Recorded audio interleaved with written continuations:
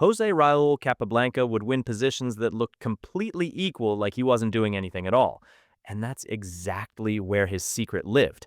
See, he understood the most important principles of chess on an almost intuitive level, and we can turn that instinct of his into three clear rules you can still apply in your own games today. So yeah, no messing around. I'm Philip. Let's jump right in. Capablanca faces Frank Marshall, and the game kicks off with Marshall opening d4, and Capablanca, playing black, answers d5.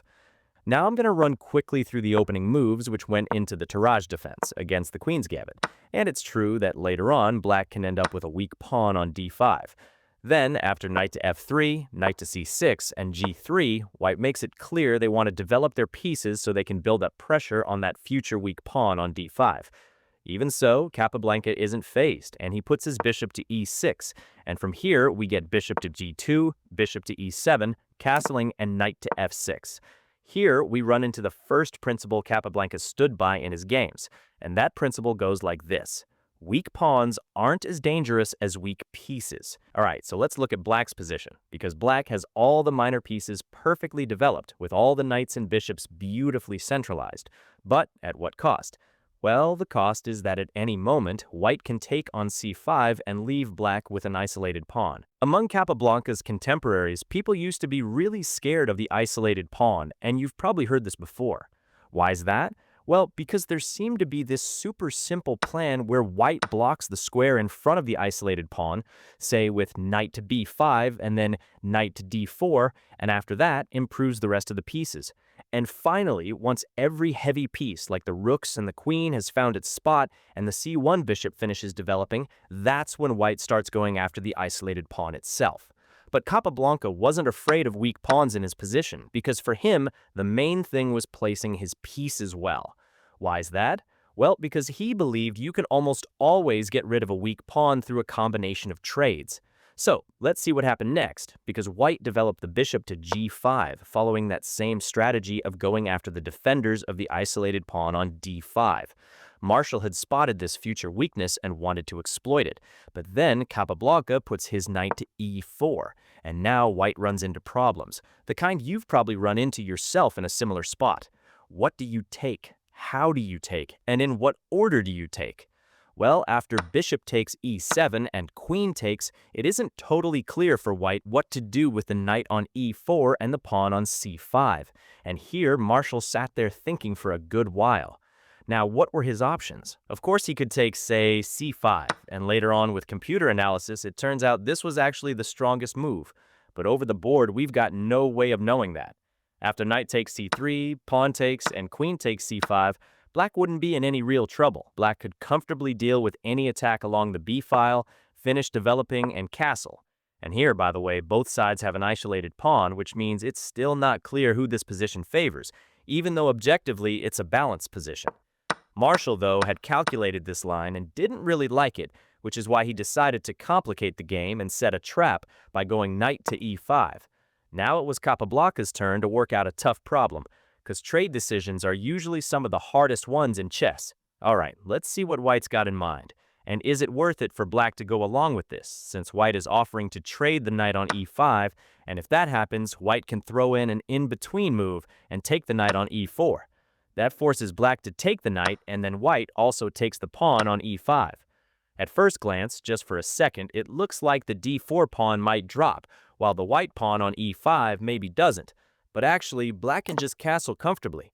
And just like in the case with the queen on c2, the move e3 wrecks white's structure or forces white to play f4 to hold the pawn without shutting in the g2 bishop, so white ends up in an unbalanced position. And instead of queen to c2, white can play bishop takes e4, and at first, nothing especially serious comes up for black, like bishop to h3 attacking the rook, rook e1, queen takes e5, and it's true that white trades the queens pretty easily and comfortably.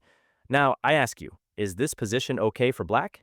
Well, probably yeah, because objectively the position on the board is equal. But let's go back to the moment where Marshall set up this trade trap after knight to e5 and talk about Capablanca's second principle, the one he stuck by throughout his whole career. And this principle goes like this. If you've got a certain position in mind that you want to reach, try to find the move order that gets you there with an extra tempo. In other words, we just saw Marshall's idea, which was to reach a position where white would comfortably trade the queens while black wouldn't have a single thing to worry about either, because the pawns here are even. There's a bit of a majority on the queen side, but it would take time to defend the pawn. So what does Capablanca do? Capablanca gets roughly the same pawn structure, only with an extra tempo. And it's true that to pull it off, he had to calculate the lines and not trade the knight on e5. Instead, play knight takes d4. Marshall went knight takes the knight on e4, then comes pawn takes, after that e3 attacking the knight, and then knight to f3 check. The knight takes, the pawn takes, and the queen takes. And now take a look at this position. We've got an almost equal pawn structure, only here it's not so easy for white to trade the queens. And actually, black doesn't even have to defend the b7 pawn.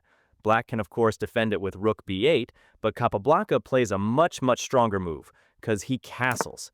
And in this position, if white decides to take the b7 pawn, then after the queens get traded, we get a rook b8, bishop to e4, and rook takes b2, invading the 7th rank. Well, actually the 2nd rank. And still attacking the a2 pawn, plus ending up with a strong passed pawn on c5. So of course, white can't go into this line. And then, after Capablanca castles, we get a pawn structure that favors black, one where white doesn't have any strong move or threat that black has to defend against. White, taking a look at the position, plays rook c1. And now let's learn Capablanca's third principle, which is simple. Attack where you've got the pawn majority and try to push that majority forward. We can see that on the queen side, black has 3 pawns to white's 2, while on the king side, it's the other way around, with white having 4 pawns to black's 3. So black has the pawn majority on the queen side. Now it makes sense to push your pawns where you've got the majority, and that's exactly what Capablanca does, because he plays rook b8, getting the rook behind the pawn and off that nasty x-ray from white's light-squared bishop. And then, after queen to e4, he puts the queen behind the pawn too. By the way, why the queen? Why not the rook? Because you don't want to give Marshall extra chances at another trade, since a good number of pieces have already come off the board, and the fewer pieces there are, the more likely you end up in some kind of drawish rook endgame. That's why Capablanca wants to shut down his opponent's last drawing chance, so to speak. And at the same time, he's got 2 heavy pieces, the rook and the queen, sitting behind his pawns, which are about to start pushing forward. White plays rook c3, and Capablanca starts pushing his pawns with b5. Then white plays a3, then comes c4, and look how far they've already pushed, because the pawn on c4 really cramps white's pieces. Now, as much as black would love to push the pawns forward, black always follows the basic rule that pawns are pawns, but you shouldn't have bad pieces, since every piece should be well placed, and that comes first. And that's why after bishop to f3, Capablanca wants to play a5, but first he plays rook d8, improving a piece and looking to grab the open file. Then comes rook d1, fighting for that file, and after rook takes, bishop takes, now comes rook d8, taking over the open file. And you can already see that black's advanced pawn majority really cramps and chokes white's pieces, meaning, for example, the rook can't go to d3 because of the c4 pawn. So what do you do here? Marshall pulls the bishop back to f3. But maybe he still doesn't realize how serious things really are, because after Capablanca plays g6, giving the king an escape square, Marshall decides to offer a queen trade. And of course, g6 also supports the bishop coming into f5 later, once black gets to push that majority on the queen side. But Marshall set up the queen trade on c6. And now, what does Capablanca do? Let's recall his second rule, the one that says if you want something, don't just grab the first line that comes up, but instead try to find a way to get the position you want, only with an extra tempo. So what do you think? Does black want to trade the queens here? Actually, yeah, because if we just picture taking both queens off the board and everything else stays where it is, black wins easily with a5, b4, and possibly the rook invading on the 2nd rank. Now, what's the problem with trading the queens? The problem is that in this line, with the bishop on c6, black is literally one tempo short of pulling off all its ideas, because the b5 pawn is hanging. And unfortunately, if black starts defending it, white can try to build something like a fortress. Here, either way, black's advantage still holds, but there isn't such a clear, easy-to-follow winning plan. So what does Capablanca do? He takes the queen out of the trade, but not just anywhere, not to b8 or anywhere like that, but instead he puts the queen to e5, right in the center.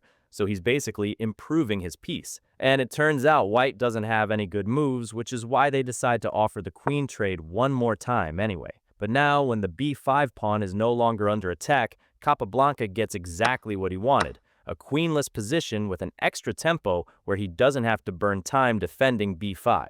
He can immediately invade white's position with rook d1 check and keep pushing his pawn majority on the queen side. And then the rook goes to c2, and the pawn pushes to b4, and after pawn takes, the bishop attacks the rook on d1, but it's too late now because white's whole position is going to collapse completely.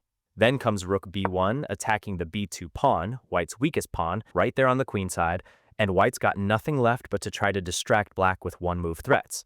But black doesn't get distracted, and then comes b3, attacking the rook d2, rook c1 defending the pawn and threatening rook c2, which white has to defend against with bishop to d1. But now it's time for a little combination, where black first gives up the c-pawn, then the b-pawn, but wins the bishop. And of course, this is, so to speak, a simple little tactic. And here, as the saying goes, it's just a matter of technique. Marshall still tried to build something like a fortress with rook c2, but against the player as technical as Capablanca, it was pointless. Then comes bishop to f5 attacking the rook, then rook b2, rook c1, rook b3 defending the pawn, bishop to e4 making the king's position worse, and after rook c2, the alternating attack on the weak pawns begins. Now after f4 and h5, this restricts white's other pawns, and then comes g4, pawn takes, king takes, and now another pawn drops on h2. Then comes rook b4, f5, check, king to g3, rook e2, rook c4, and now another pawn drops with check, and the two pawns that were white's compensation for the bishop are already gone. King to h4, king to g7, and now white is almost caught in a mating net. And a mating net is when any check the king faces is checkmate, and you almost can't build a mating net without the king itself being involved. Then comes rook c7, check, king to f6, rook d7, and then bishop to g2 sets up the threat of mate on h3. And white, of course, tries to get out of this threat with rook d6, check, king to g7, rook d7 check, and now after king to h6, there's the threat of rook h3, checkmate. And here, if the king tries to hide on g5, the mate comes with rook g3 and rook g4, so Marshall resigned. You don't win chess by memorizing moves, you win it by understanding ideas. See, Capablanca, one of the greatest of all time, won games by following just a handful of simple principles. Well-placed pieces are worth more than pawns you hang on to.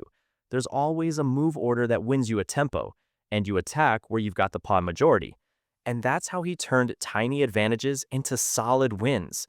The sprint to chess mastery teaches you exactly this way of thinking. No memorizing endless lines. You learn the plans, the structures, and the patterns that show up in every game. And most importantly, what to do when your opponent goes off book and plays a move you didn't memorize. It's 19 days to get you to stop guessing your moves and start playing with a clear plan. You get a complete repertoire for white and black, what to do in the middle game, what to do when that okay now what moment hits you. Plus, I also teach strategy, tactics, and calculation, everything across the three phases of the game, from the openings all the way to the endgames, the way a pro sees the board. It's 19 days if you watch one lesson a day and work through it with the support materials I give you. But if you aren't, you can watch more than one lesson a day because it's all unlocked already. The link's in the description and in the pinned comment. And if you're watching on your TV, just point your phone's camera at the QR code on the screen. Click now because if you stop here, you already know how this story ends. Now, if you enjoyed and learned something new, make sure to hit the like button, subscribe to the channel, and I'll see you in the next video.